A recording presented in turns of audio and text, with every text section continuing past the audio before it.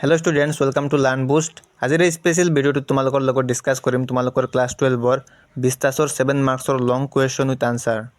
তোমালোকে নিশ্চয় জানা যে তোমালোকৰ 20 টাছৰ টোটেল 5টা চেপ্টাৰ আছে আৰু ইয়াৰ পৰা তোমালোকৰ ফাইনেল এক্সামত 15 মাৰ্কছ থাকে। 2 মাৰ্কছৰ কুৱেশ্যন আহে 4টা আৰু 7 মাৰ্কছৰ কুৱেশ্যন 2টা বা 3টা আহে। ইয়াৰ পৰা তোমালোকে এক্সামত যিকোনো এটা লিখিব লাগে। তো আমি অলৰেডি 2 মাৰ্কছৰ ইম্পৰ্টেণ্ট কুৱেশ্যন আনচাৰবোৰ ডিছকাছ কৰিছোঁ আগৰ ভিডিঅ'ত। যিসকলে চোৱা নাই চাই ল'বা। আজিৰ এই ভিডিঅ'টোত আমি 7 মাৰ্কছৰ ইম্পৰ্টেণ্ট কুৱেশ্যন আনচাৰবোৰ ডিছকাছ কৰিম। ভিডিঅ'টো বহুতো হেল্পফুল হ'ব তোমালোকৰ ফাইনেলৰ কাৰণে, তো তোমালোকে স্কিপ নকৰাকৈ সম্পূৰ্ণ চাবা। তো যিসকলে এতিয়ালৈকে এই চেনেলটো ছাবস্ক্ৰাইব কৰা নাই তোমালোকে ছাবস্ক্ৰাইব কৰি ল'বা। আহক আমি ভিডিঅ'টো কণ্টিনিউ কৰোঁ।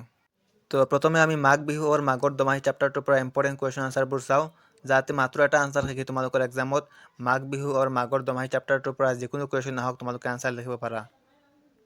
তো ইয়াতে মাঘ বিহু আৰু মাঘৰ দমাহী চেপ্টাৰটোৰ ইম্পৰ্টেণ্ট কুৱেশ্যনবোৰ চোৱা।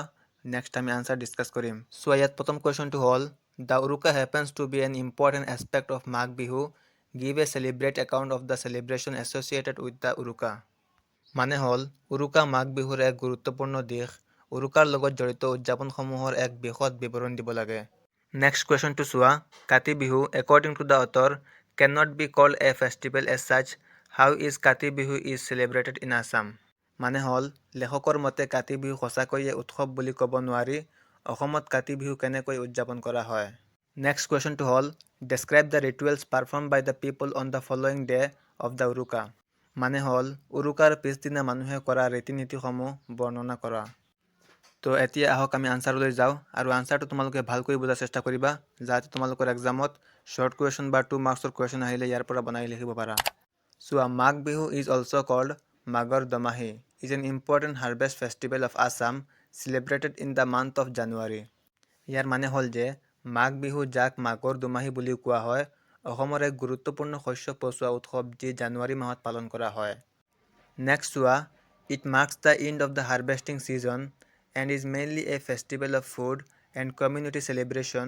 The most important part of the Magh Bihu is Uruka, which is celebrated on the previous night. মানে হ'ল ই খেতি পচোৱা বতৰৰ সামৰণি সূচায় আৰু মূলতঃ খাদ্য আৰু সমূহীয়া উদযাপনৰ উৎসৱ। মাঘ বিহুৰ আটাইতকৈ গুৰুত্বপূৰ্ণ অংশ হ'ল উৰুকা, যি আগদিনা ৰাতি পালন কৰা হয়। নেক্সট হ'ল on Uruka people build temporary huts called ভেলাঘৰ ইউজিং বাম্বো এণ্ড হে। মানে হ'ল উৰুকাৰ দিনা মানুহে বাঁহ আৰু খেৰ ব্যৱহাৰ কৰি ভেলাঘৰ নামৰ অস্থায়ী পজা সাজে। নেক্সট হ'ল কমিউনিটি ফিষ্ট আৰ organized where people cook and share traditional food like rice, fish, meat, pitha and curd. মানে হ'ল সেই দিনটোত ভাত, মাছ, মাংস, পিঠা, দৈ আদি পৰম্পৰাগত খাদ্য ৰান্ধি খোৱা আৰু ভাগ বতৰা কৰা সামূহিক ভোজৰ আয়োজন কৰা হয়। People spend the whole night together singing, dancing and enjoying themselves. আৰু মানুহে গোটেই ৰাতি একেলগে গান গাই নাচি ফূৰ্তি কটায়। The next day people take an elderly bath and light the Meji bonfire, offerings are made and prayers are offered for prosperity. মানে হ'ল পিছদিনা মানুহে সোনকালে গা ধুই মেজি বনফেয়াৰ জ্বলাই সমৃদ্ধিৰ বাবে উচৰ্গা কৰা হয় আৰু প্ৰাৰ্থনা কৰা হয়। The author also' mentions Kati Bihu which is a quiet occasion marked by lighting lamps. লেখকে কাতি বিহুৰ কথা উল্লেখ কৰিছে, যিটো চাকি জ্বলাই পালন কৰা এক শান্ত অনুষ্ঠান।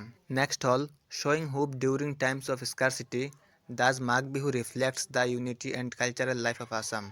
মানে হৈছে দুৰ্দিনৰ সময়ত আশা দেখুৱাইছে, এইদৰে মাঘ বিহুৱে অসমৰ ঐক্য আৰু সাংস্কৃতিক জীৱন প্ৰতিফলিত কৰে। তো এইটো আছিলে তোমালোকৰ মাঘ বিহু আৰু মাঘৰ দমাহী চেপ্টাৰটোৰ লং আনচাৰ। আৰু এই আনচাৰটোৱে তোমালোকৰ বহুতো কুৱেশ্যন কভাৰ কৰিব। তোমালোকে যদি আনচাৰটো ভালকৈ বুজি পোৱা তেনেহ'লে তোমালোকে এক্সামত বহুতো শ্বৰ্ট কুৱেশ্যন আৰু 2 মাৰ্কছৰ আনচাৰ বনাই লিখিব পাৰিবা। তো এতিয়া আমি ডিছকাছ কৰিম on the face of it চেপ্টাৰটোৰ 7 মাৰ্কছৰ most important questions with answer. তো ইয়াৰ প্ৰথম কুৱেশ্যনটো হ'ল through' both Mr Lamb and Derry suffer from a physical disability, their attitude to life is very different, justify the relevance of this statement with reference to the story on the face of it. মানে হ'ল যদিও mister লেম আৰু dairy দুয়োজনেই শাৰীৰিকভাৱে অক্ষম, তথাপিও জীৱনৰ প্ৰতি তেওঁলোকৰ দৃষ্টিভংগী অতি বেলেগ। On the face of it নামৰ গল্পটোৰ আধাৰত এই বক্তব্যৰ প্ৰাসংগিকতা প্ৰতিষ্ঠা কৰা। তো ইয়াৰ পিছত নেক্সট কুৱেশ্যনটো হ'ল what is the bond that unites the two Mr Lamb and Derry, how does the old man inspire the small boy. মানে হ'ল মিষ্টাৰ লেম আৰু ডেৰীক একত্ৰিত কৰা বন্ধন কি আৰু বৃদ্ধজনে সৰু ল'ৰাটিক কেনেকৈ অনুপ্ৰাণিত কৰে। নেক্সট কুৱেশ্যন চোৱা, compare and contrast the character of mister Lamb and dairy. ইয়াতে কৈছে মিষ্টাৰ লেম আৰু ডেৰীৰ চৰিত্ৰ দুটা কম্পেয়াৰ কৰা আৰু বৈপৰীত্য দেখুওৱা।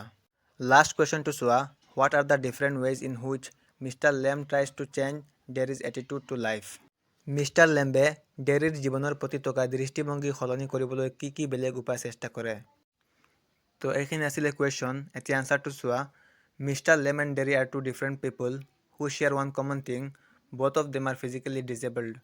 Derry has a face burned by acid, while Mr. Lem has a tin leg instead of his real leg, which he lost in the war. মানে হ'ল মিষ্টাৰ লেম আৰু ডেৰী দুজন বেলেগ মানুহ আৰু দুয়োজনেই শাৰীৰিকভাৱে অক্ষম। ডেৰীৰ মুখ এচিডত পৰি গৈছে, আনহাতে মিষ্টাৰ লেম্বৰ যুদ্ধত হেৰুওৱা নিজৰ আচল ভৰিৰ সলনি এটা টিনৰ ভৰি আছে। নেক্সট হ'ল, however in spite of this similarity, they are different in their attitude towards life. কিন্তু এই সাদৃশ্য থকা সত্ত্বেও জীৱনৰ প্ৰতি তেওঁলোকৰ দৃষ্টিভংগী বেলেগ। Derry suffers from a strong inferiority complex and is always conscious of his ugly face. ডেৰীয়ে এক শক্তিশালী হীনমন্যতাত ভোগে আৰু নিজৰ আগলি ফেইচৰ প্ৰতি সদায় সচেতন।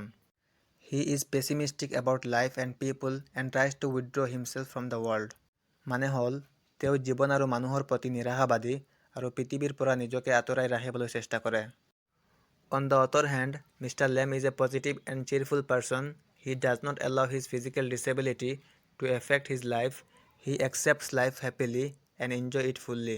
মানে হ'ল মিষ্টাৰ লেম এজন ইতিবাচক আৰু ফূৰ্তিবাজ ব্যক্তি। তেওঁ নিজৰ শাৰীৰিক অক্ষমতাক তেওঁৰ জীৱনত প্ৰভাৱ পেলাবলৈ নিদিয়ে। তেওঁ জীৱনটোক সুখেৰে গ্ৰহণ কৰে আৰু ইয়াক সম্পূৰ্ণৰূপে উপভোগ কৰে। নেক্সট হ'ল, even when people call him Lemmy Lamb, he does not mind it. When Derry meets Mr. Lem and spend time with him, his outlook towards life changes.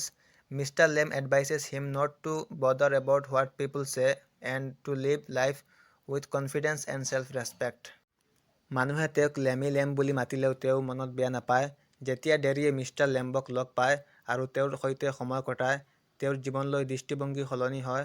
Mister লেম্বে তেওঁক মানুহে কি কয় তাক লৈ চিন্তা নকৰিবলৈ আৰু আত্মবিশ্বাস আৰু আত্মসন্মানৰ সৈতে জীৱন যাপন কৰিবলৈ পৰামৰ্শ দিয়ে। তো এইটো আছিলে ভিডিঅ'। মই আশা কৰোঁ তোমালোকে এই দুটা লং আনচাৰ ভালকৈ শিকিলে তোমালোকৰ এক্সামত কমন পৰিব আৰু তোমালোকে 7 মাৰ্কছৰ ভিতৰত 7 মাৰ্কছ পাই যাবা।